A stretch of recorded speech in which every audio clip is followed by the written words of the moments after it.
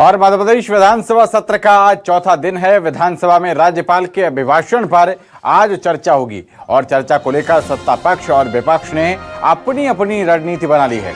लाडली बहना योजना, सस्ती gas cylinder का मुद्दा विपक्ष उठाता हुआ दिख सकता है। वहीं अवैध उत्खनन और बढ़ते हुए अपराध का मुद्दा भी उठाने की विपक्ष की तैयारी है। विपक्ष का काउंटर करने के लिए बीजेपी ने भी अपनी रणनीति बना ली है। राज्यपाल के अभिभाषण को लेकर आज चर्चा होगी। हमारे संवाददाता शब्बीर अहमद लगातार हमारे साथ बने हुए हैं। शब्बीर, राज्यपाल के अभिभाषण के बाद आमतौर पर धन्यवाद प्रस्ताव जो दिया जाता है उसको लेकर क्या कुछ कार्य योजना, क्योंकि बताया जा रहा है कि विपक्ष जोरदार यहां पर गर्मा गर्मी देखने को मिल सकती है। नेहरू की तस्वीर को लेकर पहले से ही काफी ज्यादा सियासत गर्म चल रही है। शब्बीर। बिल्कुल पवन, बात की जाए तो हम पिछले 3 दिन के विधानसभा की कार्रवाई की बात की जाए तो जवाहरलाल नेहरू के मुद्दे पर उनकी तस्वीर को लेकर थोड़ा बहुत सियासी हंगामा देखने को मिला, वो भी सदन के बाहर। सदन के अंदर थोड़ी ये कह सकते हैं कि 1-2 नेता प्रतिपक्ष की तरफ से कहा गया कि ये गलत किया गया जो जवाहरलाल नेहरू की तस्वीर हटाई गई है।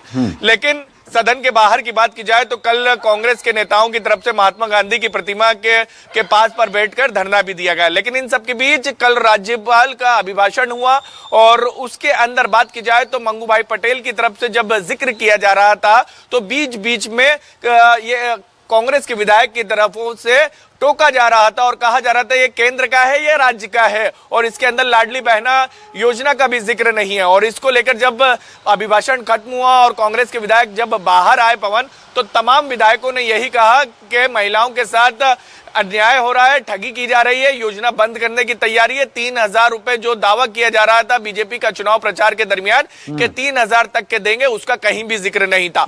और जैसे ही बयानबाजी के बाद विधायक दल की बैठक हुई वहीं सदन के अंदर विपक्षी विधायकों की पवन, तो उस वक्त यह तय हुआ कि इस मुद्दे को कल जब राज्यपाल के अभिभाषण पर चर्चा होगी सदन के अंदर तो इसको उठाया जाएगा और बाकायदा एक एक विधायक को फॉर्म भरवाए गए हैं कि किसको क्या मुद्दा उठाना है। और जिसके अंदर हमने खुद देखा था कि लाडली बहना योजना, बढ़ते क्राइम को लेकर, इसके साथ साथ अवैध उत्खनन को लेकर, क्योंकि हमने देखा था भोपाल मध्य प्रदेश में एक जगह पर उत्खनन के मामले में जब रोकी गई थी गाड़ी तो वहां पर कुचल दिया गए थे एक पटवारी और उनकी मौत भी हुई थी, उस पर भी सियासी हंगामा हुआ।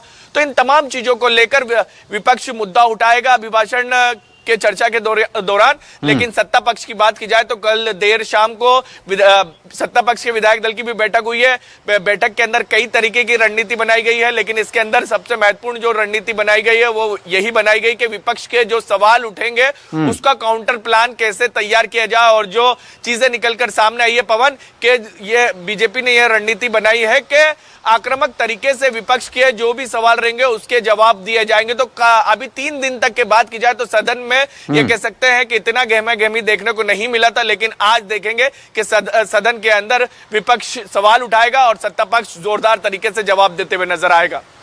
शब्बीर, विपक्ष का जो हमला होगा उसको काउंटर करने के लिए बीजेपी ने अपना जो कमान मोर्चा कौन संभालेगा, इसको लेकर कोई सूत्रों के हिसाब से आपको जानकारी मिली हो? क्या मुख्यमंत्री खुद बैटिंग करेंगे या फिर किसी और धुरंधर को उतारेंगे?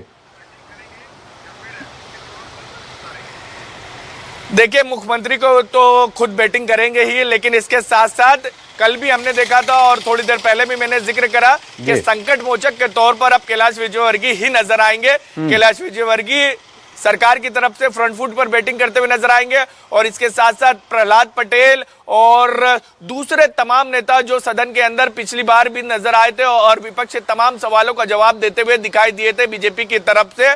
और उसके अंदर चाहे विश्वास सारंग हो या फिर रामेश्वर शर्मा हो या फिर दूसरे नेताओं की बात की जाए जो तीसरे या दूसरी बार के विधायक हैं लेकिन सदन के अंदर काफी आक्रामक रहते, तो इन तमाम नेताओं को जिम्मेदारी दे दी गई है। चाहे भूपेंद्र सिंह की बात की जाए या दूसरे नेताओं की बात की जाए, ये सभी के सभी सरकार की तरफ से हमेशा जब विपक्ष की तरफ से सवाल उठाए जाते हैं या हमला बोला जाता है या कई नीतियों को लेकर सदन के अंदर आरोप लगाए जाते हैं तो सत्ता पक्ष की तरफ से यही लोग जिम्मेदारी संभालते हैं। और इस बार की बात की जाए तो ये तय मान लीजिए नरोत्तम मिश्रा की जगह कैलाश विजयवर्गीय वो भूमिका निभाते हुए नजर आएंगे। अब देखना होगा कि आज इन 3-4 नेताओं के अलावा और कौन आक्रामक होने वाला है विपक्ष के ऊपर, क्योंकि विपक्ष की रणनीति बन चुकी है, सत्ता पक्ष की भी बन चुकी है। काफी सदन हंगामेदार रहने की उम्मीद है आज की।